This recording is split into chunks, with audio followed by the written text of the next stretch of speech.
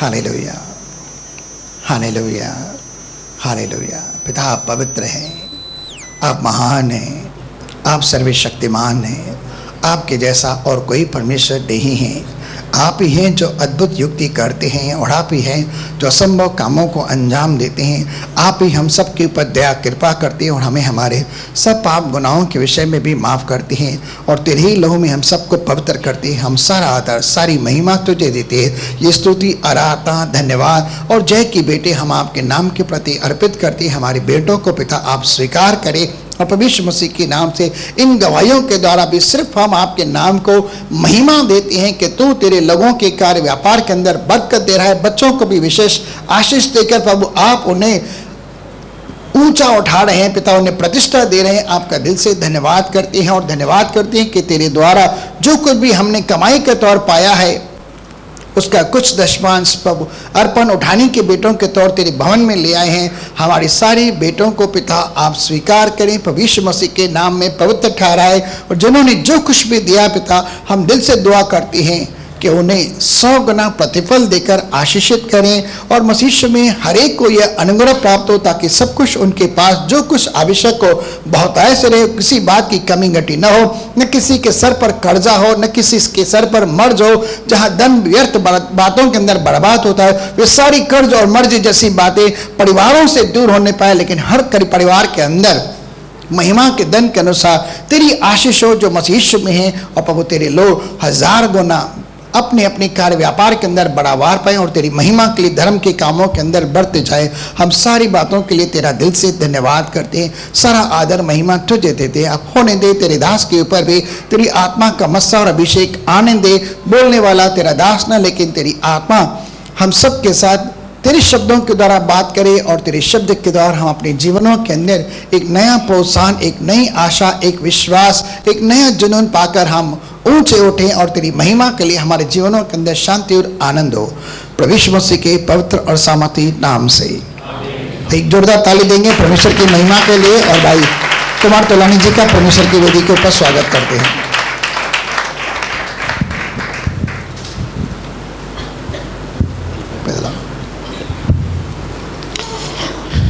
यूहन्ना रचित सुसमाचार 4 अध्याय 20 से लेके 24 तक। हमारे बाप दादाओं ने इसी पहाड़ पर भजन किया और तुम कहते हो कि वह जगह कहाँ जहाँ भजन करना चाहिए यरूशलेम में है। यीशु ने उससे कहा, हे नारी, मेरी बात की प्रतीति कर कि वह समय आता है कि तुम न तो इस पहाड़ पर पिता का भजन करोगे न यरूशलेम में। तुम जिसे नहीं जानते उसका भजन करते हो और हम जिसे जानते हैं उसका भजन करते हैं, क्योंकि उद्धार यहूदियों में से है। परंतु वह समय आता है, वरन अब भी है, जिसमें सच्चे भक्त पिता का भजन आत्मा और सच्चाई से करेंगे, क्योंकि पिता अपने लिए ऐसे ही भजन करने वालों को ढूंढता है। परमेश्वर आत्मा है और अवश्य है कि उसके भजन करने वाले आत्मा और सच्चाई से भजन करें। यहाँ पर यीशु मसीह एक स्त्री से बातें कर रहा है। हम सब जानते हैं, बहुत से लोग, जब यीशु मसीह मार कर थका हुआ कुएं पर बैठा हुआ था और एक सामरी स्त्री वहाँ पर पानी भरने के लिए आती है और वो यीशु मसीह से बातें करती है और यीशु मसीह से कहता है मुझे पानी पिला।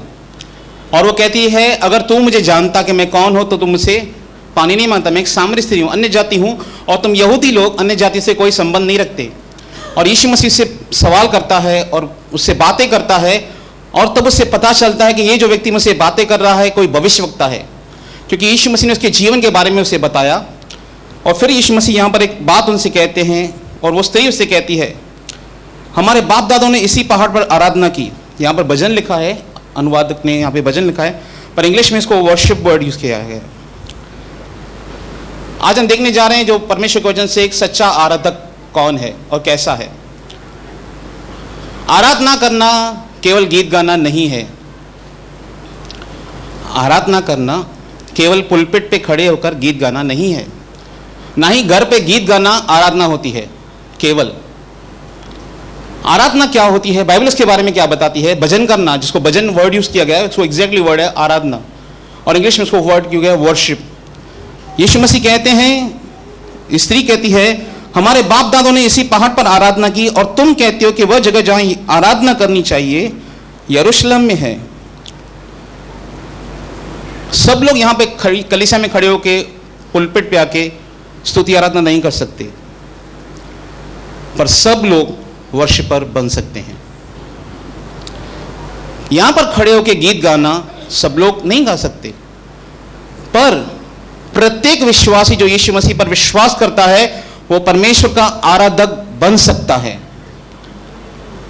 और कभी भी इस बात को न समझें कि केवल मैं कलीसिया में आराधना कर सकता हूं, परमेश्वर की कलीसिया में खड़े होकर पुलपिट पे खड़े होकर ही मैं परमेश्वर की उपासना और आराधना कर सकता हूं, क्योंकि हमने आराधना को शायद समझा नहीं है, इसलिए हमको शायद गीत गाना ही आराधना लगता है। पर गीत गाना केवल आराधना नहीं होती, वो एक आराधना का एक पार्ट है, उसका आउटकम है। और वो कहती है कि तुम कहते हो कि वो यरूशलेम में आराधना करनी चाहिए। यीशु से कहते हैं, हे नारी मेरी बात की विश्वास कर। 21 में कहते हैं, वह समय आता है, क्या आ रहा है? वह समय आ रहा है, ऐसा समय आ रहा है कि तुम न तो इस पहाड़ पर पिता की आराधना करोगे न यरूशलेम में आराधना करोगे। तुम जिसे नहीं जानते उसकी आराधना करते हो, हम जिसे जानते हैं हम उसकी आराधना करते हैं। आराधना करने से पहले आराधना करने वालों को समझना बहुत जरूरी है, नहीं तो आप आराधना नहीं कर सकते। आराधना करने के लिए आपको आराधना करने वालों को समझना चाहिए, मैं किसकी आराधना कर रहा हूं, मैं क्यों उसके गीत गा रहा हूं, मैं क्यों उसको फॉलो कर रहा हूं। जब आपको यह बात पता चलेगी तब आपका दिल उसकी आराधना से भर जाएगा। जब मैं परमेश्वर के वचन को पढ़ रहा था, जब आदम ने परमेश्वर के विरुद्ध पाप किया, तब परमेश्वर ने जीवन के वृक्ष की रक्षा के लिए क्या कर दिया? पहरा लगा दिया, तलवार लगा दी उसके कि कभी आदम उसको खाए नहीं, क्योंकि आदम ने पाप करके ज्ञान और भलाई और बुराई के ज्ञान के फल को खा लिया, और परमेश्वर नहीं चाहता था कि आदम उस जीवन के वृक्ष को खाए, फल को खाए, क्योंकि अगर आदम उस जीवन के वृक्ष के फल को खा लेता तो कभी नहीं मरता, और कभी नहीं मरता, और पाप के अंदर जीवन वो हमेशा के लिए मरता रहता प्रतिदिन। परमेश्वर आदम को अनंत जीवन देना चाहता था, पर परमेश्वर का एक तरीका था उसे अनंत जीवन देने का। शायद आदम समझता होगा परमेश्वर ने ऐसा क्यों किया, क्यों उसने जीवन के वृक्ष को रोक दिया मुझे खाने से। परंतु परमेश्वर एक कार्य करता है, वो अपने पुत्र को इस संसार में भेजता है, और अपने पुत्र को इस संसार के लिए बलिदान करके, जैसा वो वचन कहता है कि जो कोई इस पर विश्वास करे वह नाश नहीं हो परंतु वह अनंत जीवन पाए। 6000 साल से परमेश्वर उस आदम को ढूंढ रहा है। हर एक व्यक्ति जो इंसान है, आदम हम सब हैं, हम सब आदम के वंशज हैं, और परमेश्वर हर एक उस आदम को ढूंढ रहा है, उनको खोज रहा है। जैसे यीशु मसीह कहते हैं, मैं एक ऐसा चरवाहा हूं जो खोई हुई भेड़ को ढूंढता है जो भटक गई है, और परमेश्वर में अनंत जीवन देता है। वो अनंत जीवन उसके पुत्र यीशु मसीह में है। शायद उस समय आदम नहीं समझा था, परंतु परमेश्वर का वचन कहता है वो हमसे प्यार करता है। शायद आदम इस बात को समझा नहीं, परंतु परमेश्वर मनुष्य से प्रेम करता था और उसने ये बात प्रकट की। पौलुस में, रोमन पौलुस में बहुत अच्छी बात कहता है, 5 अध्याय में पढ़िए।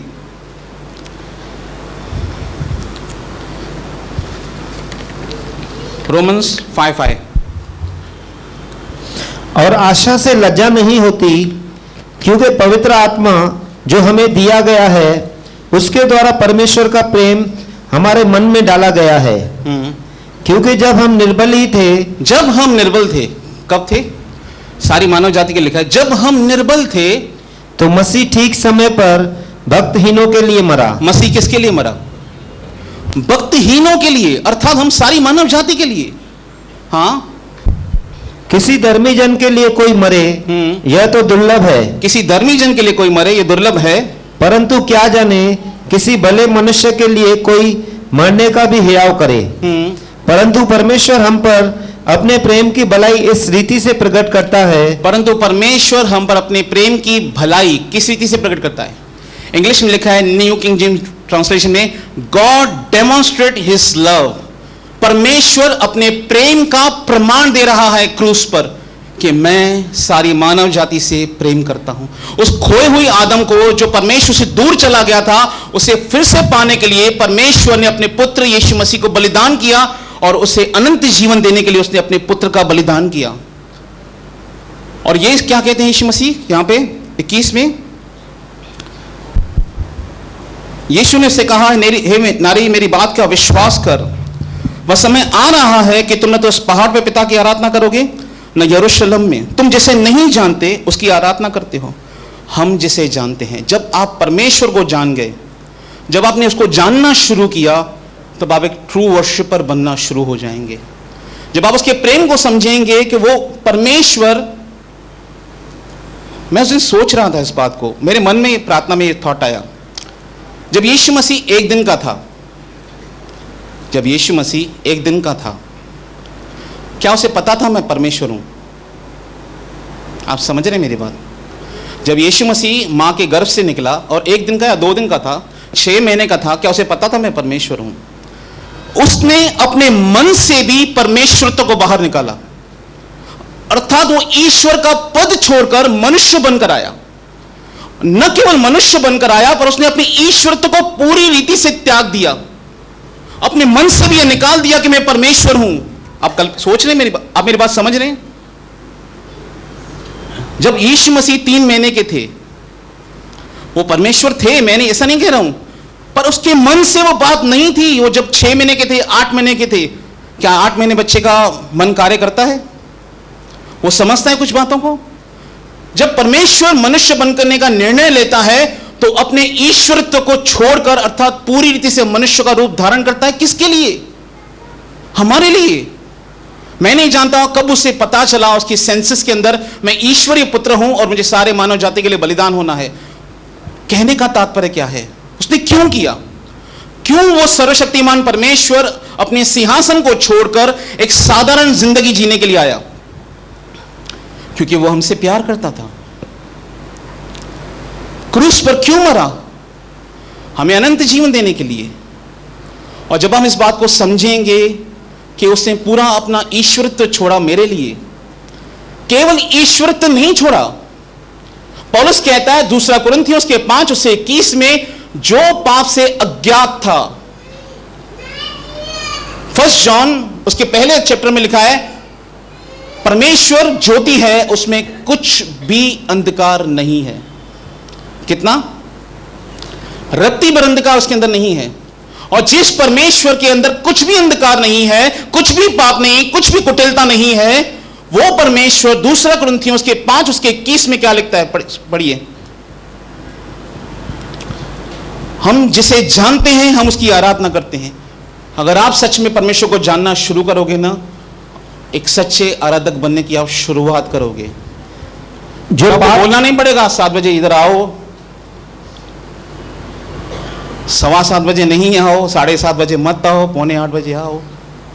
आपको कोई फर्क नहीं पड़ेगा कि यहां पे कौन लीड कर रहा है। आपको यह फर्क नहीं पड़ेगा कौन अच्छा गा रहा है, कोई अच्छा नहीं गा रहा है। आपको कोई फर्क नहीं पड़ेगा, क्योंकि आप ये बात जानते हैं, जिस परमेश्वर ने मेरे लिए बलिदान किया, यह समय है मैं उसकी आराधना करूं, यह समय है कि मैं उसकी महिमा करूं।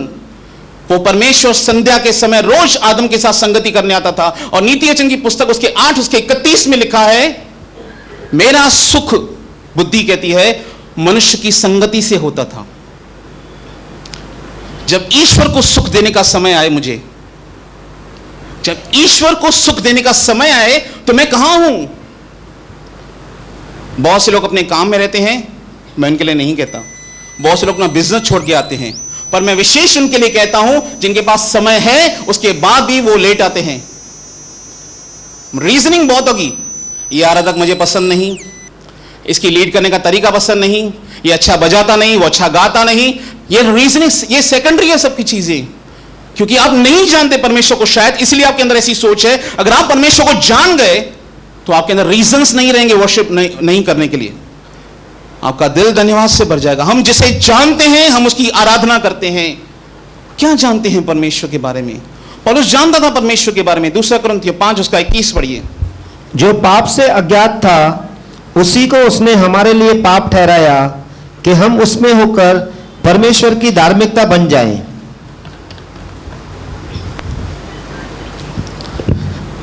For he made him to be sin.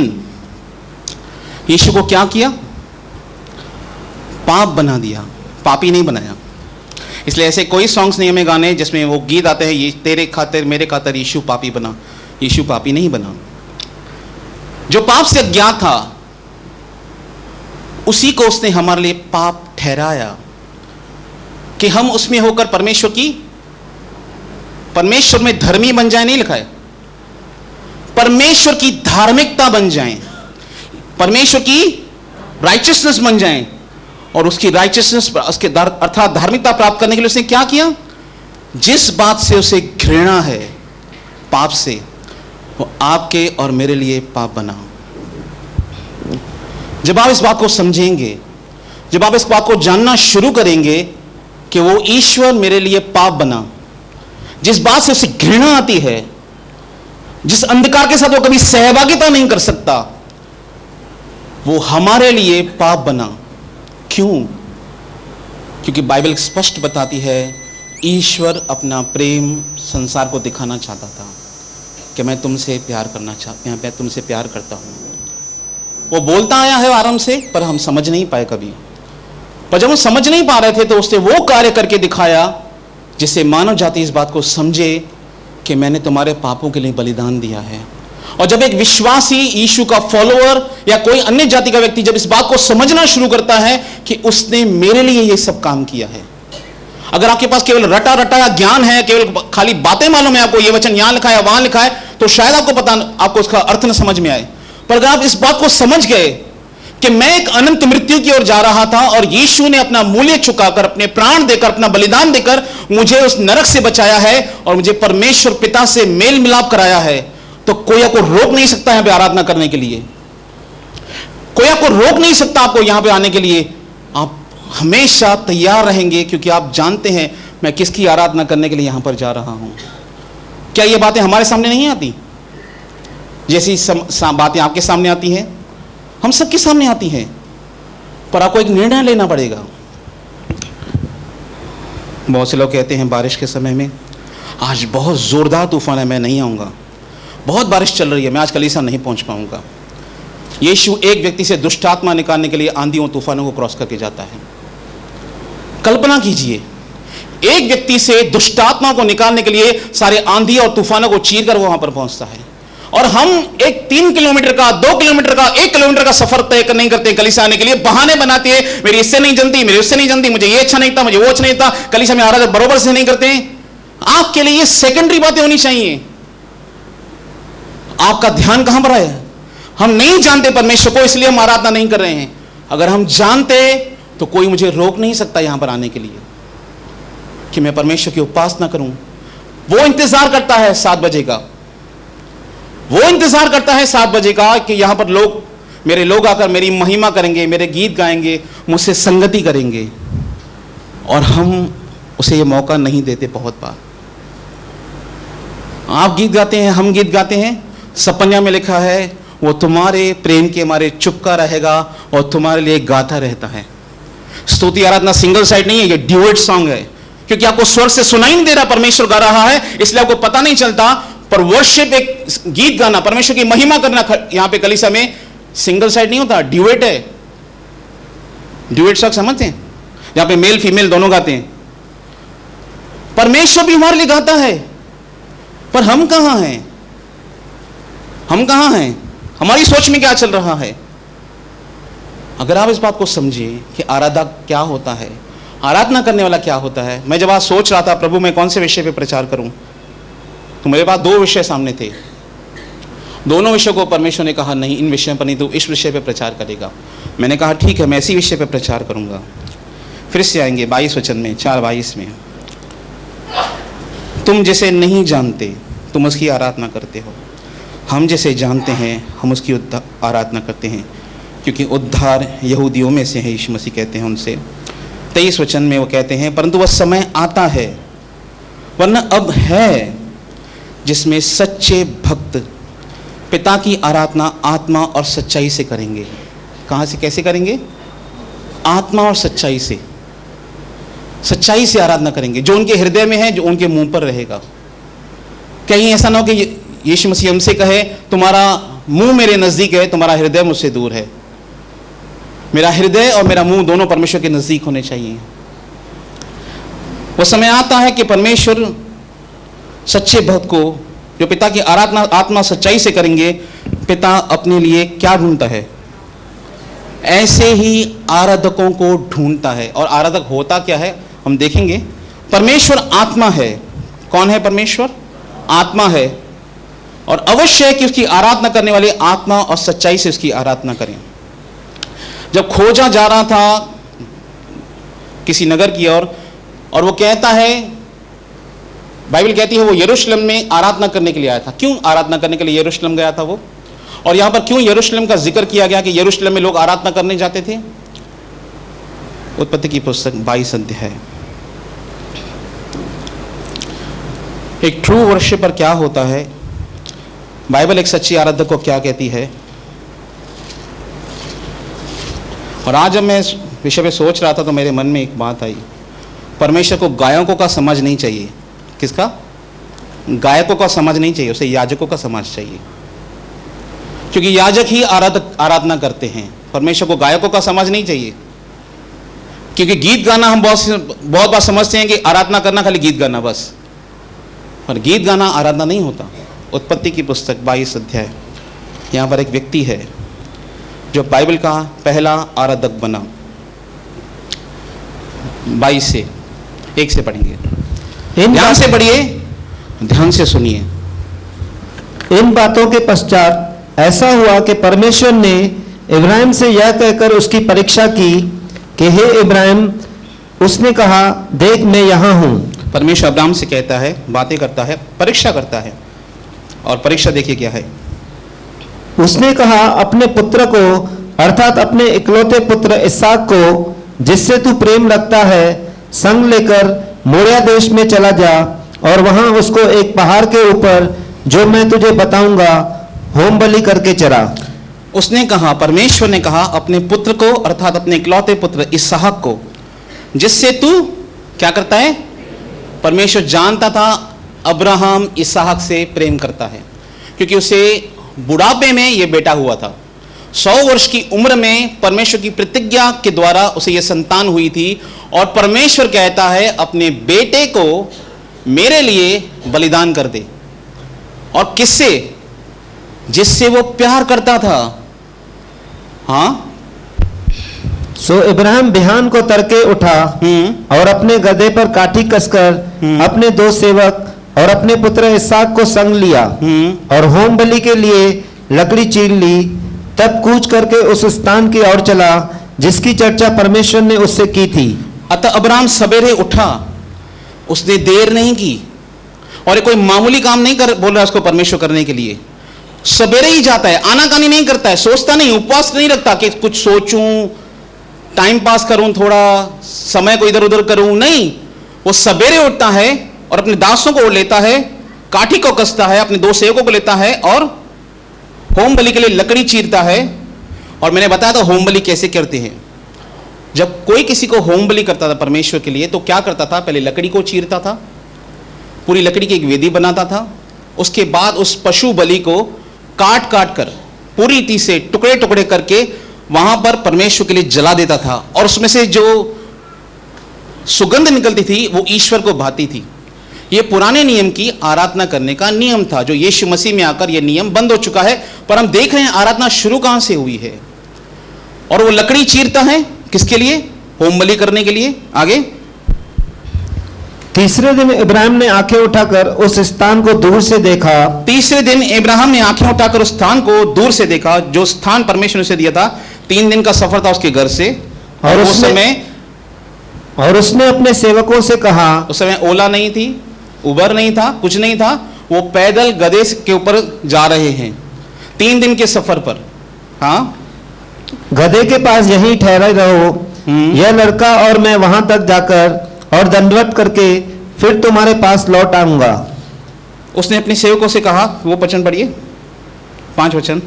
और उसने अपने सेवकों से कहा, उसने अपने सेवकों से कहा, गधे के पास यहीं ठहरे रहो, इस गधे के पास यहीं ठहरे रहो, यह लड़का और मैं वहां तक जाकर और दंडवत करके फिर तुम्हारे पास लौट आऊंगा। इंग्लिश में लिखा है, and Abraham said unto his young man, abide, यहीं पर रहो, all you here with S, गधे के साथ यहीं रहो, आई एंड लैड, ये छोटा बच्चा, will go yonder and worship and come again to you.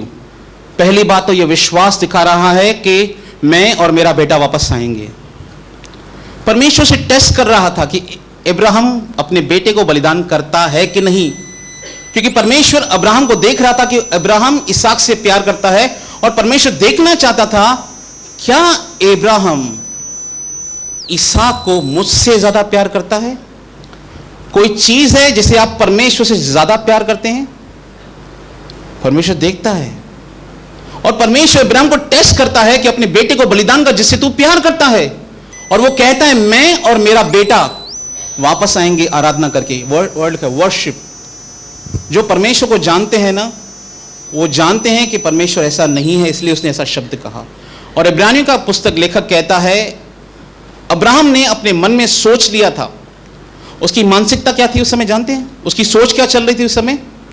कि अगर मैंने अपने बेटे को बलिदान कर दिया तो परमेश्वर सामर्थ्य है उसे फिर से जीवित करने के लिए। इब्राहिम के अंदर यह मानसिकता चल रही थी, और वो क्या बलिदान करने जा रहा है? अपने बेटे को, जो उससे सबसे अधिक प्रिय है। और क्या कहता है? हम वापस आ जाएंगे तब। 6 से पढ़िए। सो इब्राहिम ने होम बलि की लकड़ी ले अपने पुत्र इसहाक पर लादी, और आग और छुरी को अपने हाथ में लिया। हाँ। और वे दोनों एक साथ चल पड़े। ये दोनों एक साथ चल पड़े, इब्राहिम और इसहाक। इसहाक ने अपने पिता इब्राहिम से कहा, हे मेरे पिता। उसने कहा, हे मेरे पुत्र, क्या बात है? उसने कहा, देख आग और लकड़ी तो है, पर होम बलि के लिए बेर कहाँ है? इसहाक ने अपने पिता से कहा, इसहाक को भी यह पता नहीं है कि मुझे ही बलिदान करने वाला है मेरा पिता। इब्राहिम से कहा, हे मेरे पिता। उसने कहा, हे मेरे पुत्र, क्या बात है? उसने कहा, देख आग और लकड़ी तो है, होम बलि के लिए भेड़ कहाँ है? बलिदान चढ़ाने के लिए बच्चा कहाँ पर है? और इब्राहिम फिर से एक विश्वास का वचन कहता है। वहां पर क्या कहता है? इब्राहिम ने कहा, हे मेरे पुत्र, हाँ, परमेश्वर होम बलि की बेर का उपाय आप ही करेगा। वो कुड़कुड़ाता नहीं है, और सच्चे आराधक कुड़कुड़ाते नहीं है। अगर आप कुड़कुड़ाते हैं न कहीं आपके अंदर वो आराधना, सच्ची आराधक की कमी है। जब भी इजराइल को खाना नहीं मिलता था, पानी नहीं मिलता था, कुछ चीज नहीं मिलती थी, थोड़े दिन खाली बीतने दो, 3 दिन खाली उनको पानी नहीं मिले, फिर देखो कैसे उनको कुड़कुड़ करना है, कैसे कुड़कुड़ाते हैं। 40 साल तक रोटी खाई, पर एक दिन खाली खाना नहीं मिला, देखो कैसे कुड़कुड़ाते हैं। थोड़ा पानी नहीं मिले, देखो कैसे कुड़कुड़ाते हैं। पास्टर जोएल आए थे कुछ दिन पहले उल्लासनगर में, और मैं उनकी मीटिंग लाइव सुन रहा था। उन्होंने एक अच्छी बात कही। उन्होंने कहा, आराधना करने वाले पर थोड़ी मिट्टी डालो, सच्चाई बाहर निकल आएगी। समझे मेरी बात? आराधना करने वाला थोड़ी मिट्टी डालो, थोड़ी इसकी परिस्थिति गंभीर करो, पता चलेगा यार ये सच्चा आराधक है कि नहीं।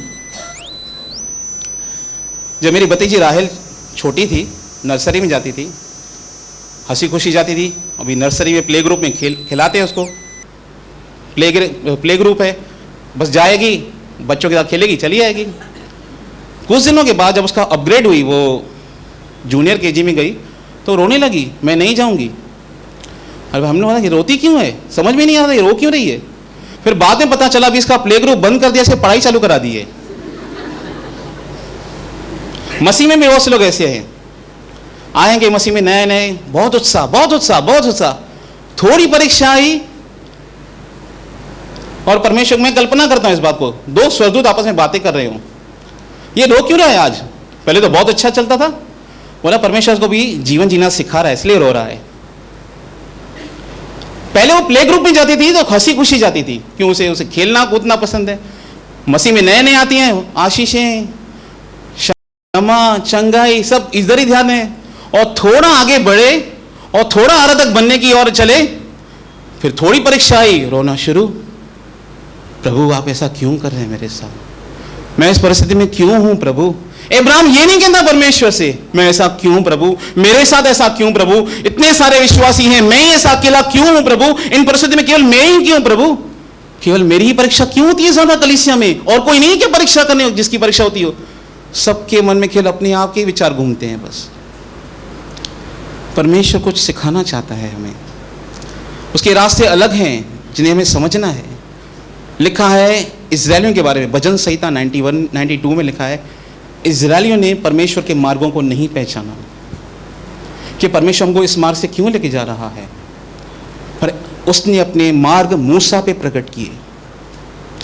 परमेश्वर इब्राहिम से कहता है अपने बच्चे को बलिदान कर, और वो क्या कर रहा है? वो अपने बेटे को लेता है और कहता है कि परमेश्वर अपनी भेड़ का उपाय आप करेगा। जब यीशु मसीह शादी में गए, वहाँ पे दाखरस कम हो गया और वो मरियम उसके पास आती है और कहती है इनके पास दाखरस कम हो गया है। वो कहता है स्त्री मेरा तुझसे क्या काम? मरियम देखिए क्या बोलती है, जैसा ये बोले वैसा करना।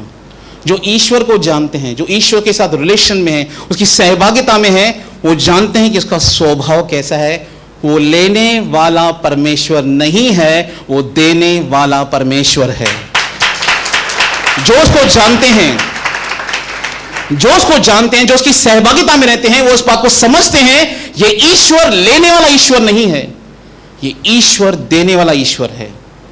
और जब आप इस बात को समझेंगे कि वो ईश्वर देने वाला है, तो आपका हृदय उसके प्रति खुल जाएगा। आपको प्रभु के भवन में देने के लिए मन में दबाव नहीं आएगा कि मैं कलीसिया में दूं नहीं दूं, दबाव में नहीं आएंगे आप हर्ष से करेंगे वो काम। इब्राहिम कहता है मैं और मेरा ये बेटा ऊपर होम बलि करके आएंगे। 8 में, हे मेरे पुत्र, परमेश्वर होम बलि की भेड़ का उपाय आप ही करेगा। और वे दोनों संग संग चले गए। एलीशा के समय में एक स्त्री थी जिसके पास संतान नहीं थी, और एलीशा उससे कहता है कि प्रभु तुझे संतान देगा, और संतान उसे होती है और संतान मर जाती है। और वो एलीशा से कहती है मैंने तुझसे कहा था कि मुझे बेटा चाहिए, अब मेरा बेटा मर गया है। और जब वो एलीशा के पास आ रही थी, उस जिक्र को जाके पढ़िए, जब वो घर से निकली, जब उसको पता चला कि मेरा बेटा मर गया है, और जब तक वो एलीशा के पास पहुंची, उस सफर में वो अपने सेवक से कहती है गधे को हांके चल, और जब तक मैं न कहूं तू ठहरना मत। और उसका पति पूछता है आज कोई स्पेशल दिन तो नहीं है कि तू जा रही है प्रभु के दास के पास? उसने कहा कुशल होगा। क्या कहा? ऑल इज वेल लिखा है वहां पे, ऑल इज वेल। और एलीशा से पूछता है, दूर से देखकर गेहजी को बोलता है, उसे पूछ क्या है, सब ठीक है, तेरा पति ठीक है, तेरा बेटा ठीक है? वो कहती है ऑल इज वेल। अर्थात कहने का मतलब क्या है? विपरीत परिस्थिति में भी परिस्थिति को स्वीकार न करके हुए परमेश्वर पर विश्वास करना नहीं, परमेश्वर इसका उपाय जरूर करेगा मेरे जीवन के अंदर। जब अय्यूब का सारा कुछ छीन लिया गया, तो बाइबल कहती है अय्यूब अपने कपड़े फाड़ता है, अपना सिर मुंडाता है और कहता है ईश्वर ने दिया, ईश्वर ने लिया, ईश्वर का नाम धन्य है। और बाइबल कहती है यह कर कर भी उसने परमेश्वर पर दोष नहीं लगाया। केवल बिजनेस नहीं खत्म हुआ उसका बिजनेस, उसके 10 बच्चे, उसका पूरा सब कुछ चला गया केवल एक दिन के अंदर। अगर आज संसार में लोग डिप्रेशन में जाते हैं, उसके कारण जानते हैं कौन से हैं? या तो बिजनेस में लॉस हो जाना, किसी की अकस्मात डेथ हो जाना घर पे, हेल्थ खराब हो जाना, लोग इसके लिए सुसाइड करते हैं, डिप्रेशन में आते हैं। और अय्यूब की जिंदगी में ये तीनों बातें आ गई। उसका सब कुछ बर्बाद हो गया एक दिन के अंदर, वो बीमार पड़ गया, उसके सारे बदन पे सोराइसिस आ गई थी, पूरा उसका बदन खुजली से भरा हुआ था, उसके सारे बच्चे मर गए थे। भविष्य को की आशा नहीं दिखती होगी उसे, पर बाइबल एक वचन कहती है उसके बारे में, उसने ईश्वर पर दोष लगाकर मूर्खता नहीं की। जब भी आप परमेश्वर के पीछे चलेंगे, लोग आपको कहेंगे तुमको शाम मिलो थी, तुमको मिला क्या ईश्वर में जाकर, कलीसिया में जाकर मिला क्या है तुम लोगों को? तुम्हारी परिस्थिति वैसे की वैसे ही है। लोगों को केवल बाहरी रूप दिखाई देता है कि फाइनेंस दिखाई देती है, गाड़ी दिखाई देती है, बंगला देता है, पर उनको ये नहीं पता जो पतरस कहता है जब यीशु मसीह से पूछते हैं क्या तुम चले जाना चाहते हो? पतरस कहता है किसके पास जाएं? अनंत जीवन की बातें केवल तेरे ही पास हैं। इस संसार में सब कुछ है पर अनंत जीवन नहीं है। अनंत जीवन है तो केवल एक मात्र परमेश्वर के पास जो हमसे प्रेम करता है। इब्राहिम इस बात को जानता था कि मेरा परमेश्वर एक अच्छा परमेश्वर है, वो मुझसे लेगा नहीं, वो देगा। और क्योंकि उसका पूरा ध्यान किस पर था? परमेश्वर की प्रतिज्ञा पर था। क्या आप सीख रहे हैं कि आपको केवल मैं प्रचार करते जा रहा हूं, कुछ लोगों के मन यहाँ है, कुछ लोगों के मन वहाँ है, किसी का ध्यान वचन पर है तो किसी का ध्यान कहीं और चला गया है, क्योंकि ये आपसे संबंधित है बातें। ये केवल गायकों के लिए नहीं है जो कलीसिया में आके गाते हैं यहाँ पे पुलपिट या गाना, उनके लिए नहीं है ये वचन, केवल सबके लिए है जो ईश्वर के पास आया है। आगे पढ़ेंगे 9 से। सो वे दोनों संग संग आगे चलते गए और वे उस स्थान को जिसे परमेश्वर ने उसको बताया था पहुंचे। तब इब्राहिम ने वहां वेदी बनाकर लकड़ी को चुन चुन कर रखा और अपने पुत्र इसहाक को बांध के वेदी पर की लकड़ी के ऊपर रख दिया। और इब्राहिम ने हाथ बढ़ाकर छुरी को ले लिया। वो छुरी लेता है अपने बेटे को मारने के लिए कि अपने पुत्र को बलि करे। तब यहोवा के दूत ने स्वर्ग से उसको पुकार के कहा, हे इब्राहिम, हे इब्राहिम। उसने कहा, देख मैं यहाँ हूँ। परमेश्वर स्वर्ग से उसको पुकारता है, इब्राहिम, इब्राहिम। उसने कहा, देख मैं यहाँ पर हूँ प्रभु। हाँ, उसने कहा उस लड़के पर हाथ मत बढ़ा। उस लड़के पर हाथ मत बढ़ा। क्यों? और न उससे कुछ कर, न उस बच्चे के साथ कुछ तू गलत कर। हाँ, क्योंकि तूने जो मुझसे अपने पुत्र वरन अपने इकलौते पुत्र को भी नहीं रख छोड़ा, इससे मैं अब जान गया कि तू परमेश्वर का भय मानता है। उस लड़के पर हाथ मत बढ़ा, न उससे कुछ कर, क्योंकि तूने जो मुझसे अपने पुत्र वरन अपने इकलौते पुत्र को भी नहीं रोक छोड़ा, इससे मैं जान गया हूं कि तू मेरा भय मानता है, तू मुझसे प्रेम करता है। आराधक बनना अर्थात वो बलिदान करता है अपने आप को। इसलिए पौलुस कहता है, रोमियो की पुस्तक उसके 12 अध्याय उसके 1 और 2 को पढ़िए। आराधना करना अपनी इच्छाओं को परमेश्वर के सामने बलिदान करना है। मेरे सामने बहुत सारी चीजें आएंगी, पर परमेश्वर कहेगा ये मेरी इच्छा तेरे लिए नहीं है, और उस समय मैं अपनी इच्छा चलाता हूं या मैं परमेश्वर की इच्छा चलाता हूं। मेरे सामने 2 मार्ग हैं, एक मेरा मार्ग और एक परमेश्वर का मार्ग।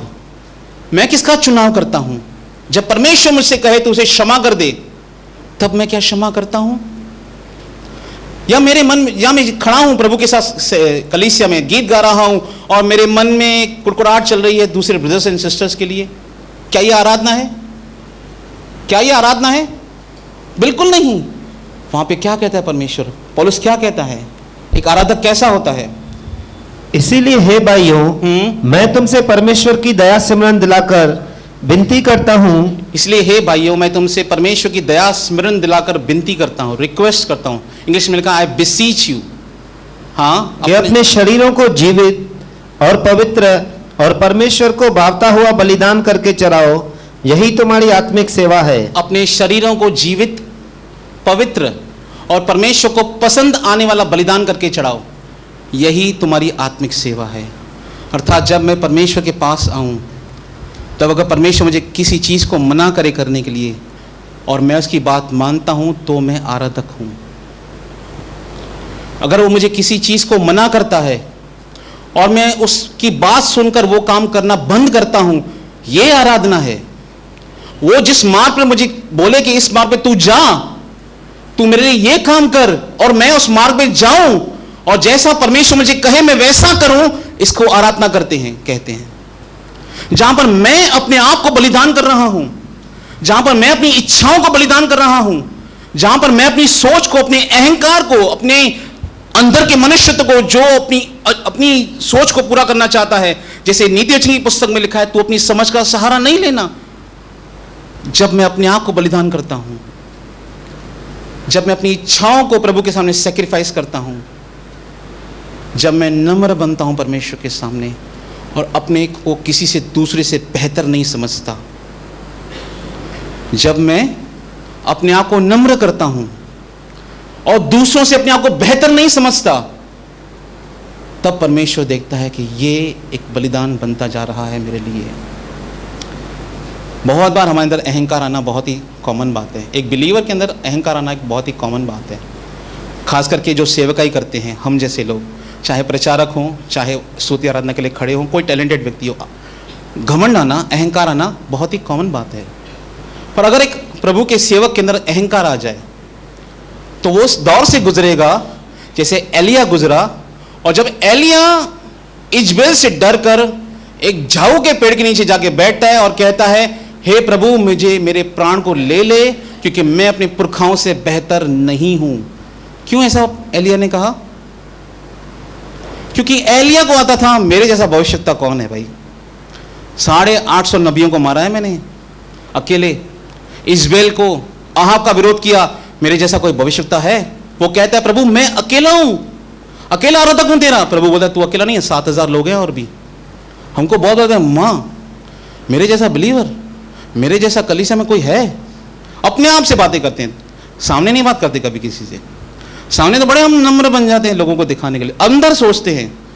जैसे सास भी कभी बहू में एक स्त्री थी, अपने अंदर ही अंदर बातें करती रहती थी, वैसे बात करते हैं अपने आप से, अपने आप से बातें करते हैं। मेरे जैसा कोई बिलीवर है? मेरे जैसा कलीसिया में कोई देने वाला है? मेरे जैसा कोई प्रचारक है? मेरे जैसा कोई गाने वाला है? हम अपने ही ख्यालों में घूमते हैं फिरते। और जानते हैं सबसे दुखी लोग कौन होते हैं संसार में?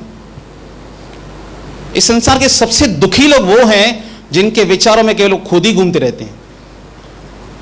मेरे से हाथ नहीं मिलाया, मेरे से प्रेज़ द लॉर्ड नहीं, मेरे को नहीं बुलाया, हर जगह केवल खुद ही खुद, उसको खुद के सिवा कुछ दिखाई नहीं देता। सेल्फ सेंटर्ड इसे कहते हैं। और सबसे दुखी पुरुष होते हैं संसार के, दुखी व्यक्ति होते हैं मैं कहूं संसार के, जहां पर उनके विचारों में केवल वो खुद ही पाए जाते हैं और कोई नहीं पाया जाता। एक प्रभु के दास ने कहा, जो व्यक्ति सेल्फ सेंटर्ड रहता है ना, अर्थात स्वार्थी आकांक्षाओं से भरा हुआ, वो किसी मैयत में जाएगा ना तो बोलेगा लोग लाश को नहीं देखें, मुझे देखें। समझे मेरी बात? एक स्वार्थी आकांक्षा से भरा हुआ व्यक्ति जब किसी मैयत पे जाएगा ना तो वो अपने मन में सोचेगा लोग उस मैयत को नहीं देखें, मुझे देखें, मुझे, मैं कुछ विशेष हूं, मैं कोई विशेष व्यक्ति हूं, मुझे क्यों इग्नोर किया जाता है।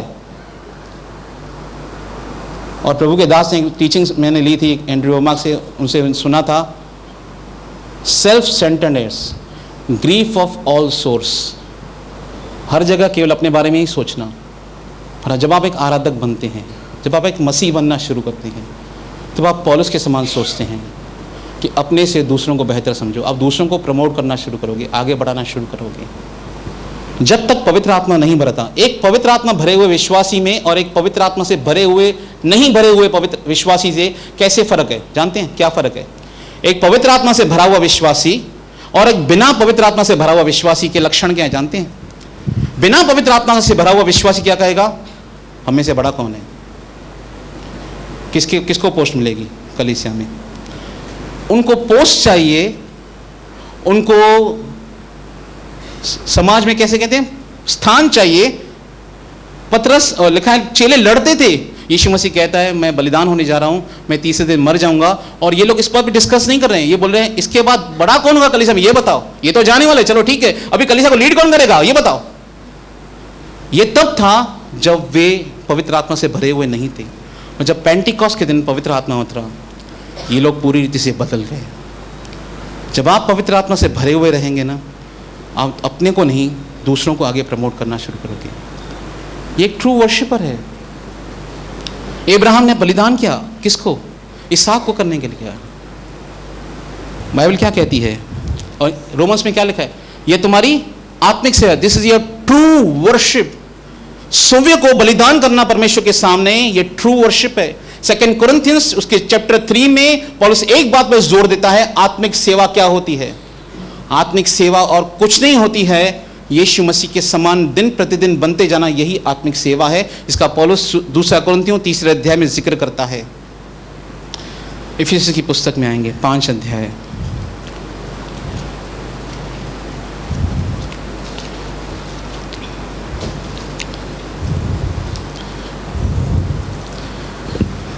पहले मैं भी इन बातों को नहीं समझता था जब नया नया विश्वासी था। बस जैसे जैसे एक अनुभवी व्यक्ति बनते जा रहा हूं, तो अपने आप से ही लड़ाई है। लड़ाई किसी और से नहीं है, लड़ाई अपने आप से है। पौलुस पतरस से नहीं लड़ता था, पौलुस अपने आप से लड़ता था। वो कहता है अपने शरीर को वश में लाता हूँ, मारता हूँ, कूटता हूँ पवित्र आत्मा के द्वारा। रोमन्स 8:14 में लिखा है, आत्मा के द्वारा देह की क्रियाओं को मारोगे तो जीवित रहोगे। आपके अंदर का आदम बोलेगा, आपके अंदर की डिजायर बोलेगी, तू इतना टैलेंटेड, तू आगे जाना, तू खड़ा हो जाना यहाँ पे। पर आप क्या करते हैं? स्वयं को बलिदान करते हैं। नहीं नहीं, मैं हूं, मैं बेटर हूं, मैं बेटर हूं। पौलुस अपने आप को वश में लाता था। लड़ाई किसी और से नहीं, लड़ाई अपने आप से है। पढ़िए इफिसियों की पुस्तक 5 अध्याय 1 और 2 वचन पढ़िए। इसीलिए प्रिय बालकों की नाई परमेश्वर के सदृश बनो और प्रेम में चलो, जैसे मसीह ने भी तुमसे प्रेम किया और हमारे लिए अपने आप को सुखदायक सुगंध के लिए परमेश्वर के आगे भेंट करके बलिदान कर दिया। इसलिए प्रिय बालकों के समान किसका अनुकरण करो? परमेश्वर का अनुकरण करो। प्रेम में चलो। कैसे चलो प्रेम में? जैसे मसीह ने भी तुमसे प्रेम किया और हमारे लिए अपने आप को कैसे सुखदायक सुगंध के लिए परमेश्वर के आगे भेंट करके बलिदान कर दिया। जब आप अपने आप को परमेश्वर के सामने बलिदान करते हैं, जैसे यीशु ने अपने आप को बलिदान किया, जब परमेश्वर ने यीशु मसीह को देखा बलिदान होते हुए, लिखा है उसको ये सुखदायक सुगंध के समान लगा। आपकी लाइफ से परमेश्वर को खुशबू आना शुरू हो जाएगी। जब आप अपने आप को बलिदान करेंगे, जैसे ये परमेश्वर के बारे में लिखा है, उसने अपने आप को बलिदान किया एक सुखदायक सुगंध के समान। और जब आप अपने आप को बलिदान करेंगे परमेश्वर की वेदी के ऊपर, अपनी अभिलाषाओं को, अपनी इच्छाओं को प्रभु के सामने बलिदान करेंगे, तब आप एक सच्चे आराधक बनना शुरू करेंगे, जैसे अब्राहम करता है। यह महत्वपूर्ण बात है, सबसे महत्वपूर्ण बात है आराधक बनना, क्योंकि ये सबकी कॉलिंग है। ये किसी एक विशेष व्यक्ति के लिए कॉलिंग नहीं है। आराधक बनना किसी एक व्यक्ति की कॉलिंग नहीं है, सबकी है। हम सबको वर्शिपर बनना है। कब? जब मेरे सामने ऐसी परिस्थितियां आए। बहुत बार ऐसी परिस्थितियां आएंगी जब आपको धन्यवाद करने का दिल नहीं करेगा। हडसन टेलर ने कहा, I refuse to get discourage, I choose to praise God. पुराने नियम से लेकर नए नियम तक जितने भी विश्वासियों को आप देखें, उनकी कठिन परिस्थितियों में भी उनके मुंह पे परमेश्वर का धन्यवाद हमेशा था। और थिस्सलुनीकी की पुस्तक में यही बात लिखी है, तुम्हारे लिए, किसके लिए? तुम्हारे लिए परमेश्वर की इच्छा है कि तुम हर समय परमेश्वर का धन्यवाद करो। बहुत बार ऐसी परिस्थितियां होंगी जब आपको धन्यवाद करने का दिल नहीं होगा, पर तब आपको अपने मन को याद कराना है। जैसे भजन का 103 में कहता है, हे मेरे मन प्रभु को स्मरण कर, उसके किसी उपकार को कभी मत भूल। जैसे मसीह ने अपने आप को बलिदान किया एक सुखदायक सुगंध के समान, वैसे ही बाइबल कहती है तुम अपने आप को बलिदान करो, अपनी इच्छाओं को, अपनी अभिलाषाओं को। मसीह क्रूस पे मरने से पहले गतसमनी की बाग में था और वो पिता से प्रार्थना करता है, यदि हो सके तो ये पहला मुझसे दूर कर दे। पर पिता बोलता है, नहीं, तुझे जाना है वहाँ पर। और वो पिता की बात सुनकर सलीब पर मरने के लिए गया। ऐसी परिस्थितियाँ आएंगी आपके जीवन में जब आपको लगेगा, प्रभु मैं ये कैसे करूँ, मैं नहीं कर पाऊँगा। परमेश्वर आपको कहेगा, नहीं, तुझे करना है ये काम। क्षमा करने के बारे में, हर एक संदर्भ में, किसी काम के बारे में वो आपको बोलेगा ये काम मत कर। वो आपको टेस्ट करेगा अब्राहम के समान, क्या ये मेरा आराधक है? और बहुत बार वो ब्लेसिंग को कभी कभी रोकता है, डिले करता है, कभी कभी, कि वो देखना चाहता है आपका एटीट्यूड कैसा है। मेरा एटीट्यूड क्या है? जब मेरे पास सब कुछ है मैं धन्यवाद कर रहा हूं, और जब मेरे पास नहीं है मैं क्या उसका धन्यवाद कर रहा हूं? फिर से आएंगे उत्पत्ति की पुस्तक में और 5 मिनट खत्म करेंगे। मैं जानता हूं आप सुन सुनकर थक चुके हैं, पर 5 मिनट दीजिए केवल।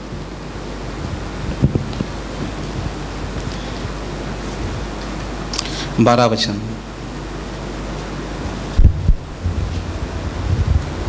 उसने कहा, उस लड़के पर हाथ मत बढ़ा और न उससे कुछ कर, क्योंकि तूने जो मुझसे अपने पुत्र वरन अपने इकलौते पुत्र को भी नहीं रख छोड़ा। इससे मैं अब जान गया कि तू परमेश्वर का भय मानता है। इससे मैं जान गया कि तू परमेश्वर का भय मानता है। तब क्या होता है? तब इब्राहिम ने आंखें उठाई और क्या देखा कि उसके पीछे एक मेढ़ा अपने सींगों से एक जाड़ी में बंधा हुआ है, फंसा हुआ है। सो इब्राहिम ने जाके उस मेंढे को लिया और अपने पुत्र की संति होम बलि करके चराया। उसने देखा कि परमेश्वर ने पीछे उपाय किया है। आराधना करना है, अपने बेटे को बलिदान करना, अर्थात अपनी जो परमेश्वर से वो अपने पुत्र से प्रेम करता था उसको बलिदान करना, ये उसके लिए आराधना थी। मेढ़े को चराना ये स्तुति आराधना, गीत गाना थी। भजन संहिता 33:1 पढ़िए।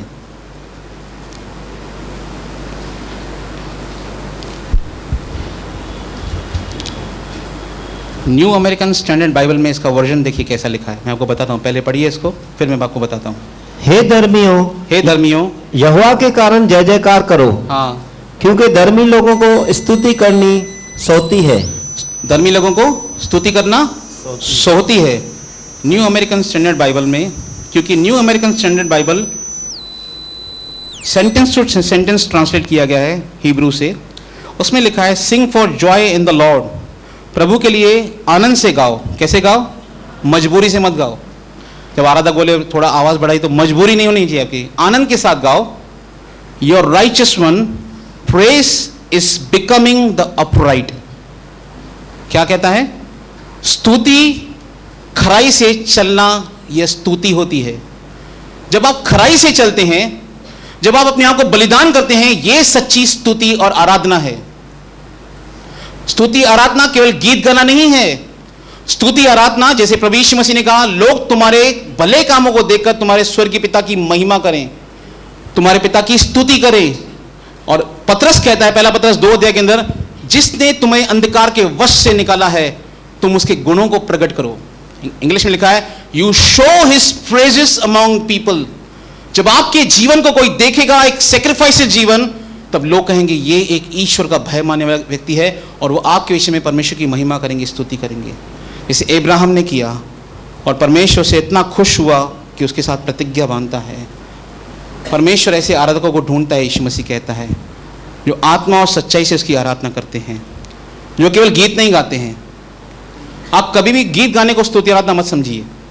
जो कलीसिया में पुलपिट पे खड़े होकर गीत गाते हैं, यही स्तुति आराधना है। ये स्तुति आराधना केवल एक सिंबॉलिकल स्तुति आराधना है। और अगर मेरा जीवन सैक्रिफाइस नहीं है, मैं एक बात पॉइंट को भूल गया बोलना, जैसे पौलुस कहता है, अपने शरीर को जीवित, पवित्र और प्रभु को भेंट जैसा चढ़ाओ, ये तुम्हारी आत्मिक सेवा है। जब तक आत्मिक सेवा नहीं है, शारीरिक सेवा किसी काम की नहीं है। अगर मेरा जीवन प्रभु के सामने बलिदान नहीं है, अगर मेरा हृदय परमेश्वर के सामने बलिदान नहीं है, मैं कितनी भी आराधना करूं, मैं कितना भी कुछ करूं परमेश्वर के लिए, जीरो उसकी वैल्यू है, जीरो। अगर मेरा जीवित बलिदान नहीं है, मेरा शरीर, अगर प्रभु मुझे कुछ चीजें मना करता है देखने के लिए, मेरी आंखों को मना करता है कुछ देखने के लिए, और मैं देखता रहता हूं, तो मैं जीवित बलिदान नहीं हूं। अगर वो कोई चीज मना करता है मेरी लाइफ से निकालने के लिए कि तू ये काम नहीं देखेगा या ये काम नहीं करेगा, बहुत सारी चीजें प्रभु हमें मना करता है करने के लिए। जैसे आज की तारीख में लोग डबल मीनिंग कॉमेडी आराम से देखते हैं, उनको कोई फर्क नहीं पड़ता। डबल मीनिंग कॉमेडी टीवी पे आराम से देखेंगे, उन्हें कोई फर्क नहीं पड़ता, वो हंसेंगे भी। पर ईश्वर को यह बात बिल्कुल पसंद नहीं आती, प्रभु को यह बात बिल्कुल पसंद नहीं आती। क्या आप आराधक हैं? आराधना करना केवल गीत गाना नहीं है, मैं बार बार बोल रहा हूं। क्या आप एक सच्चे आराधक बनना चाहते हैं? और अगर आप सच्चे आराधक बनना चाहते हैं, वो आपको कुछ चीज़ों से बाहर निकालेगा, कुछ चीज़ों से बाहर निकलने के लिए कहेगा, जो चीज़ें आपका समय बर्बाद करती हैं, जो आपको पोल्यूट करती हैं। क्योंकि परमेश्वर का वचन कहता है वो हमें पवित्र बनाना चाहता है। ये एक सच्चे आराधक है, इब्राहिम के समान, प्रभु यीशु मसीह के समान। इस बातों को समझिए, वचन पर ध्यान कीजिए, और आप एक सच्चे आराधक बनते जाएंगे। ये डे बाय डे का प्रोसेस है। जैसे पौलुस कहता है 2 कुरिन्थियों की पुस्तक 4 में, हमारा भीतरी मनुष्य दिन प्रतिदिन नया हो रहा है। आप दिन प्रतिदिन नए विश्वासी, अच्छे विश्वासी बनते जाएंगे, एक बेटर वर्शिपर बनते जाएंगे। प्रभु आपको इन वचनों के द्वारा आशीष करे।